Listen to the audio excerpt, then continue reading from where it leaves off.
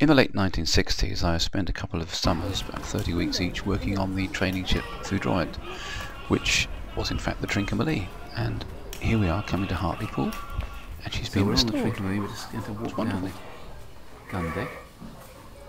I'm crouching low because of the beams. It's often said that, of course, they must have been much shorter in sailors must be much shorter in those days because they have to fit in the space. This is, of course, the total nonsense. The reason why the space is this high is for the reasons of the architecture of the ship. It's got nothing to do with having short people. So now we're on the mess deck, the Foudroyant, which was used for sleeping and hammocks only when I was working on it.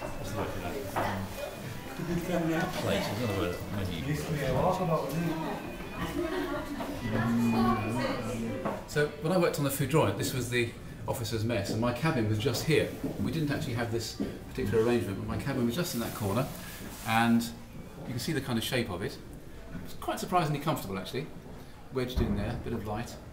And then I'm just going to come astern here, if you follow me on that side. Here's the mizzen mast. Here are the after bits here. And now we're in the tiller flat here, and this is the mechanism which allows you to drive the tiller from the big wheel above. There are blocks to take it through 90 degrees. This is now the steering mechanism. And when I was on the ship, this was all working because you had to actually steer the ship if it was ever towed. This is where we would steer it from.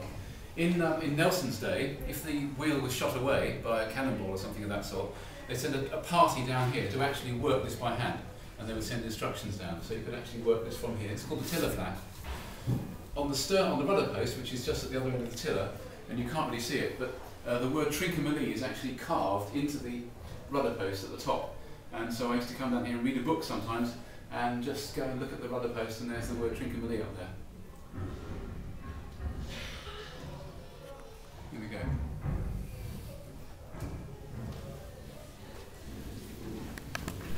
So you can see the Trincomalee any day. You can just visit Hartlepool, and there she is at Jackson Dock, just looking as if she's stepped out of 1817.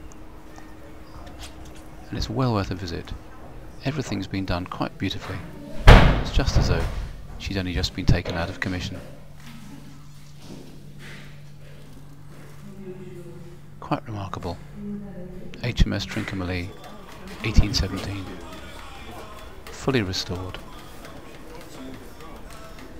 Beautiful.